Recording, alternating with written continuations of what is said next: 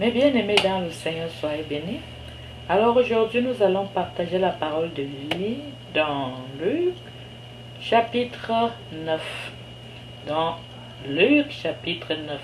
Alors je vous retrouve dans une minute pour le début. À tout à l'heure.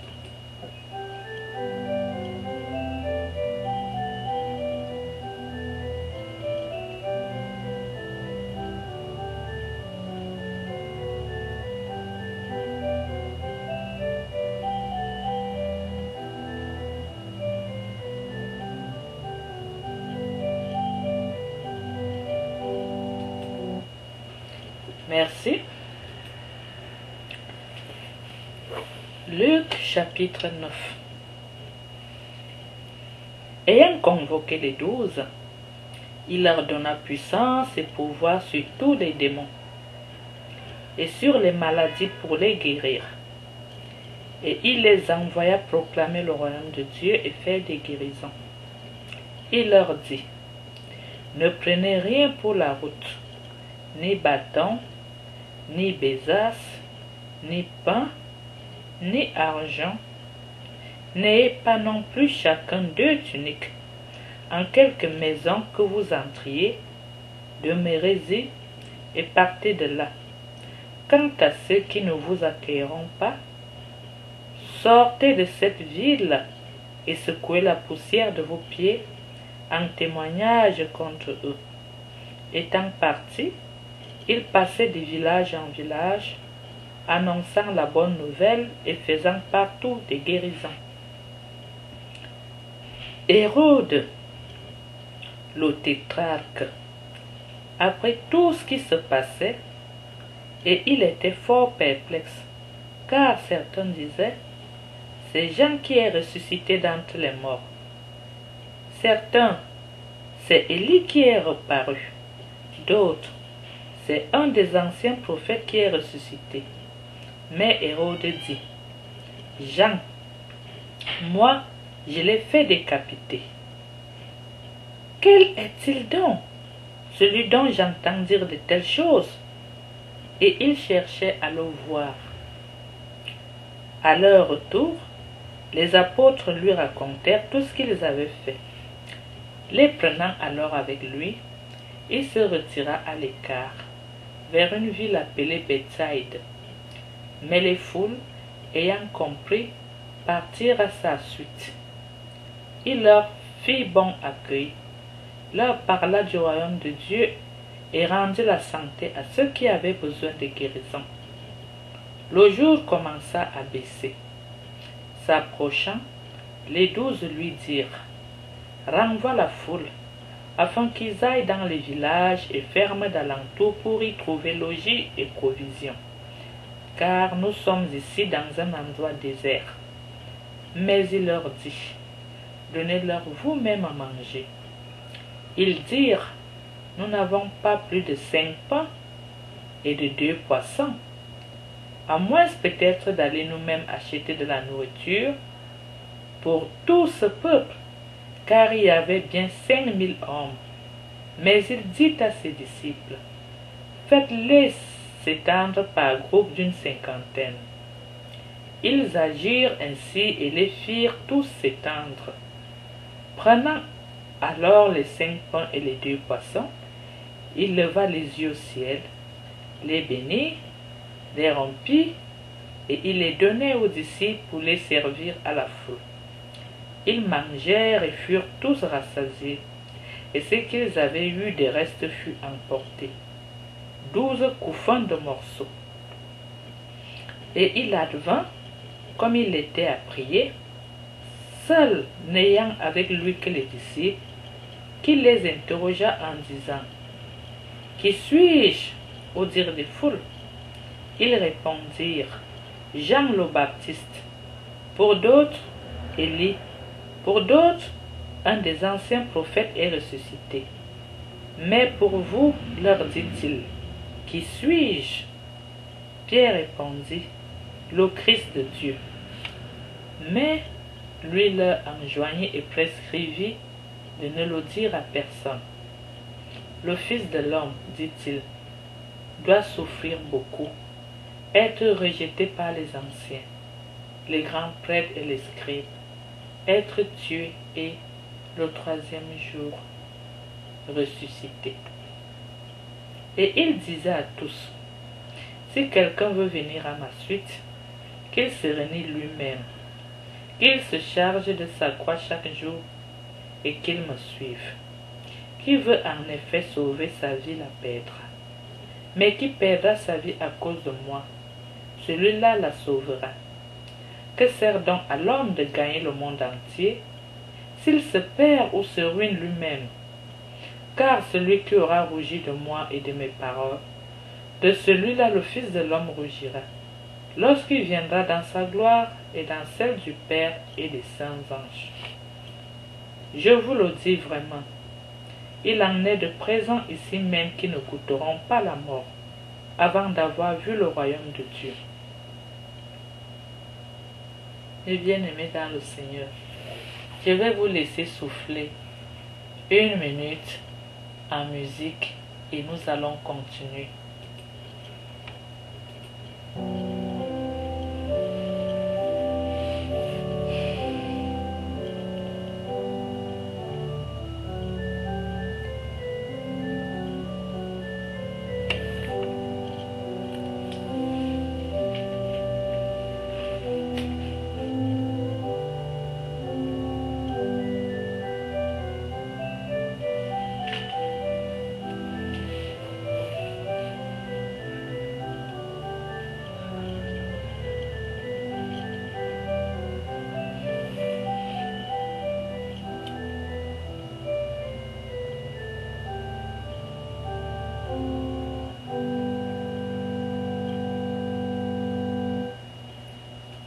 Merci beaucoup.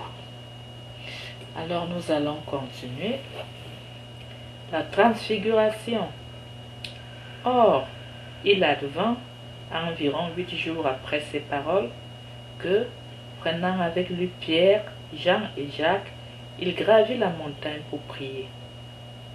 Et il advint, comme il priait, que l'aspect de son visage devint autre, et son vêtement d'une blancheur fulgurante. Et voici que 2 hommes s'entretenaient avec lui.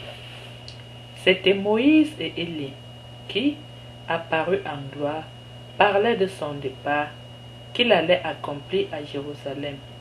Pierre et ses compagnons étaient accablés de sommeil. S'étant bien réveillés, ils virent sa gloire et les 2 hommes qui se tenaient avec lui. Et il advint, comme ceux-ci se séparaient de lui, que Pierre dit à Jésus, « Maître, il est heureux que nous soyons ici. Faisons donc 3 tentes, une pour toi, une pour Moïse et une pour Élie. » Il ne savait ce qu'il disait. Et pendant qu'il disait cela, survint une nuée qui les prenait sous son ombre, et ils furent saisis de peur en entrant dans la nuée. Et une voix partit de la nuée qui disait, « Celui-ci est mon fils, l'élu, écoutez-le. » Et quand la voix eut retenti, Jésus se trouva seul. Pour eux, ils gardaient le silence et ne rapportaient rien à personne en ces jours-là de ce qu'ils avaient vu. Or, il advint le jour suivant, à leur descente de la montagne, qu'une foule nombreuse vint au-devant de lui. Et voici qu'un homme de la foule s'écria, « Maître, je te prie de jeter les yeux sur mon fils, car c'est mon unique enfant. » Et voilà qu'un esprit s'en empare, et soudain il crie, le secoue avec violence et le fait écumer. Et ce n'est qu'à grand-peine qu'il s'en éloigne, le laissant tout brisé. J'ai prié tes disciples de l'expulser, mais ils ne l'ont pu. Engeance de vipère. Excusez-moi s'il vous plaît. Engeance incrédule et pervertie, répondit Jésus. Jusqu'à quand serai-je près de vous et vous supporterai-je? Amène ici ton fils. Celui-ci ne faisait qu'approcher, quand le démon le jeta à terre et le secoua violemment. Mais Jésus menaça l'esprit impur, guérit l'enfant et le remit à son père. et tous étaient frappés de la grandeur de Dieu. Comme tous étaient étonnés de tout ce qu'il faisait, il dit à ses disciples, « Vous, mettez-vous bien dans les oreilles les paroles que voici. Le Fils de l'homme va être livré aux mains des hommes. » Mais ils ne comprenaient pas cette parole. Elle leur demeurait voilée pour qu'ils n'en saisissent pas le sens. Et ils craignaient de l'interroger sur cette parole. Une pensée leur vint à l'esprit, qui pouvait bien être le plus grand d'entre eux. Mais Jésus, sachant ce qui se discutait dans leur cœur, prit un petit enfant, le plaça près de lui et leur dit, « Quiconque accueille ce petit enfant à cause de mon nom, c'est moi qui l'accueille. Et quiconque m'accueille, accueille celui qui m'a envoyé. Car celui qui est le plus petit parmi vous tous, c'est celui-là qui est grand. » Jean prit la parole et dit, « Maître, nous avons vu quelqu'un expulser des démons en ton nom, et nous voulions l'en empêcher, parce qu'il ne te suit pas avec nous. » Mais Jésus lui dit, « Ne l'en empêchez pas, car qui n'est pas contre nous est pour vous. » Je vais répéter cette dernière phrase. Jésus prit la parole et dit,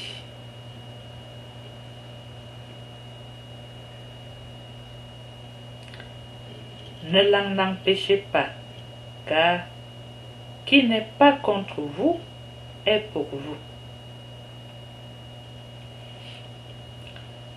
Or, il advint, comme s'accomplissait le temps où il devait être enlevé, qu'il prit résolument le chemin de Jérusalem et envoya des messages en avant de lui. S'étant mis en route, ils entrèrent dans un village samaritain pour tout lui préparer. Mais on ne le reçut pas, parce qu'il faisait route vers Jérusalem. Ce que voyant, les disciples Jacques et Jean dirent, « Seigneur, veux-tu que nous ordonnions au feu de descendre du ciel et de les consumer ?» Mais se retournant, il les réprimanda, et ils se mirent en route pour un autre village. Et tandis qu'il faisait route, quelqu'un lui dit en chemin, « Je te suivrai où que tu ailles. » Jésus lui dit, « Les renards ont des tanières et les oiseaux du ciel ont des nids. Le Fils de l'homme, lui, n'a pas où reposer la tête. » Il dit à un autre, « Suis-moi. » Celui-ci dit, « Permets-moi de m'en aller d'abord enterrer mon père. » Mais il lui dit, « Laisse les morts enterrer leurs morts. Pour toi, va t'en annoncer le royaume de Dieu. » Un autre dit, « Je te suivrai, Seigneur, mais d'abord permets-moi de prendre congé des miens. » Mais Jésus lui dit, « Quiconque a mis la main à la charrue et regarde en arrière est impropre au royaume de Dieu. » Mes bien-aimés dans le Seigneur, je vous remercie de tout cœur d'avoir accepté de partager cette parole de vie avec nous.